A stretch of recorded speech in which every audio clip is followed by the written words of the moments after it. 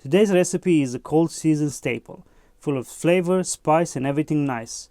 Kinda like the Powerpuff Girls, minus the sugar. The dish is stuffed pumpkin, and it's delicious. Well, it is if you make it. That sounds like a good enough hook for me, so I won't spend more time trying to sell it, and jump straight away into the recipes. Here we go. If you've seen any of my other videos and you decided to come back for more, then I assume that you are finding some value in them. If that's the case, please bless me with your kindness by subscribing to the channel, as it helps me grow and become better. In return, I promise to bring you higher value content each time. Thank you very much.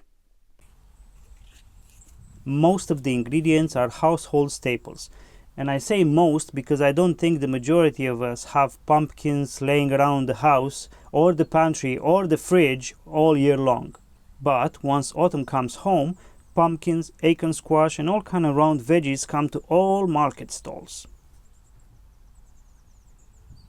Nevertheless, the ingredients are 1 medium-sized pumpkin, 500 grams of minced meat, 5 garlic cloves, 2 medium onions, 1 cup of rice, 50 milliliters of cooking oil, 3 tablespoons of tomato paste, 1 tablespoon of chili flakes, and then salt and pepper to taste. At the same time, the tools to make this dish are a large pan, a wooden spoon, a sharp knife, a chopping board, measuring tools, a scale, a baking tray lined with parchment paper, and that's it. It's that simple, just like magic. Whew.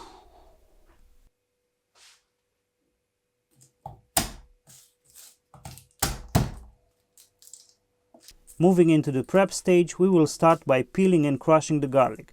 This will make it easier to work with and healthier.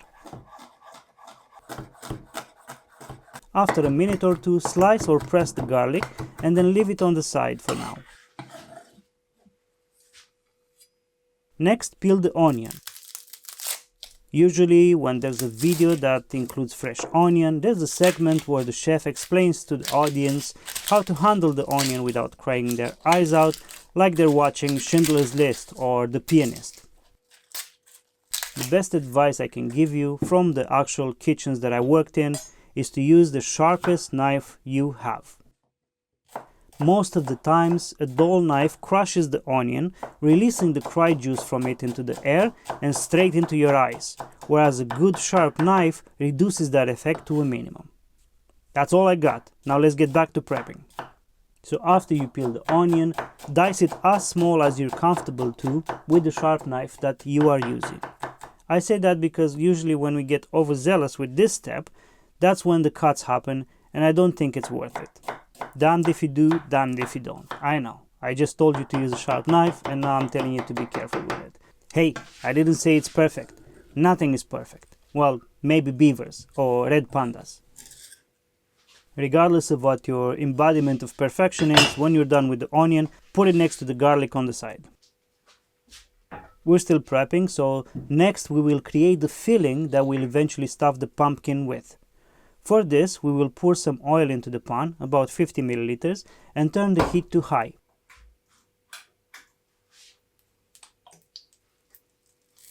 Once the oil is ready, reduce the heat to low and add the onion and the garlic in the pan and cook it until they soften up and start getting a light brown color. Using a pan with a matching lid really helps here because the steam created inside will do wonders for the final product and free you up to do something else like cleaning and emptying the pumpkin. Speaking of that, I won't micromanage this stage because I trust that most of you have made a jack-o'-lantern as a kid. They are ubiquitous in many cultures and a favorite activity in the autumn months. Take your time, enjoy the ride, and please remember not to cut out eyes, nose, and mouth in the pumpkin because we need it to be as whole and structurally intact as possible in order to stuff it. The point that I do want to drive home is to source the pumpkin from a good source. A farmer's market, a friend or family member who grows them clean and natural, something like that. The quality will show, make no mistake of that. In a world where microplastics and forever chemicals are present in every newborn these days, small steps like this makes all the difference. There may be stores out there who sell regenerative goods, but I doubt they're as common as those who sell GMOs and toxic prepackaged individually wrapped poison. I don't want to be a downer, so I'll stop. But I will say that you would do well to hold on to the insides of the pumpkin, as they make for a mean and delicious pumpkin gut soup. Need to work on that name a bit, but trust me, it's great. Freeze them for later use or refrigerate them if you're gonna make it next day. Lastly, hold on to the seeds, especially if there are whole, viable seeds in it. These days, most fruits and vegetables we buy come seedless, sanitized and infertile. Seeds are magical. They're the unborn fortune of the future, infinite potential out of the constant daily chaos of our life. Keep them, dry them, and if you cannot plant them somewhere to grow your own pumpkins, then roast them and eat like kings.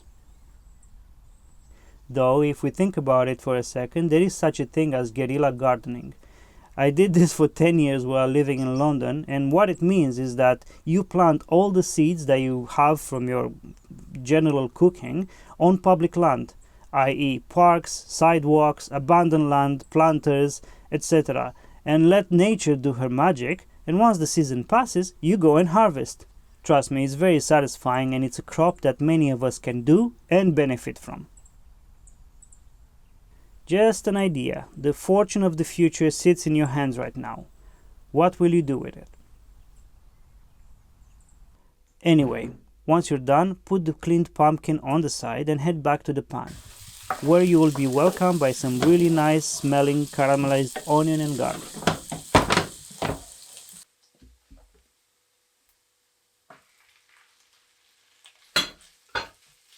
This is your cue to add the mince, the rice, and the chili flakes.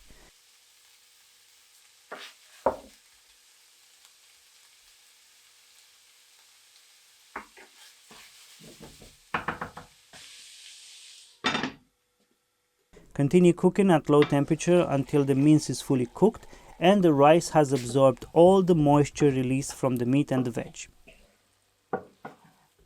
Once the rice is done, add 3 tablespoons of tomato paste and mix it well so that it gets fully incorporated with the rest of the ingredients. Lastly, season with salt and pepper to taste.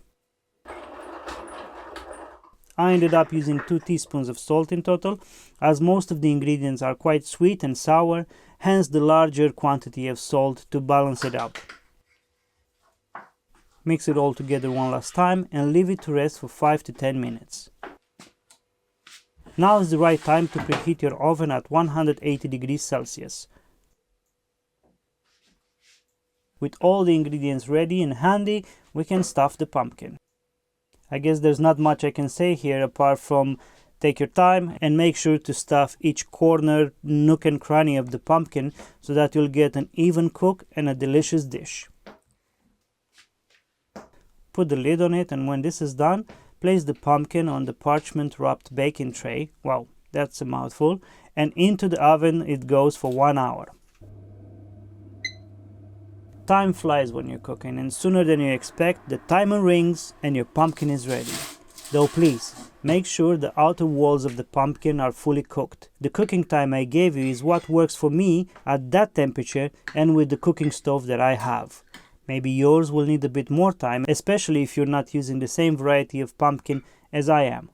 Observe, adapt, and adjust. All is well. And all is especially well when you're slicing into this finished dish and bathing it into sour cream or yogurt. They are optional but complement the dish very nicely.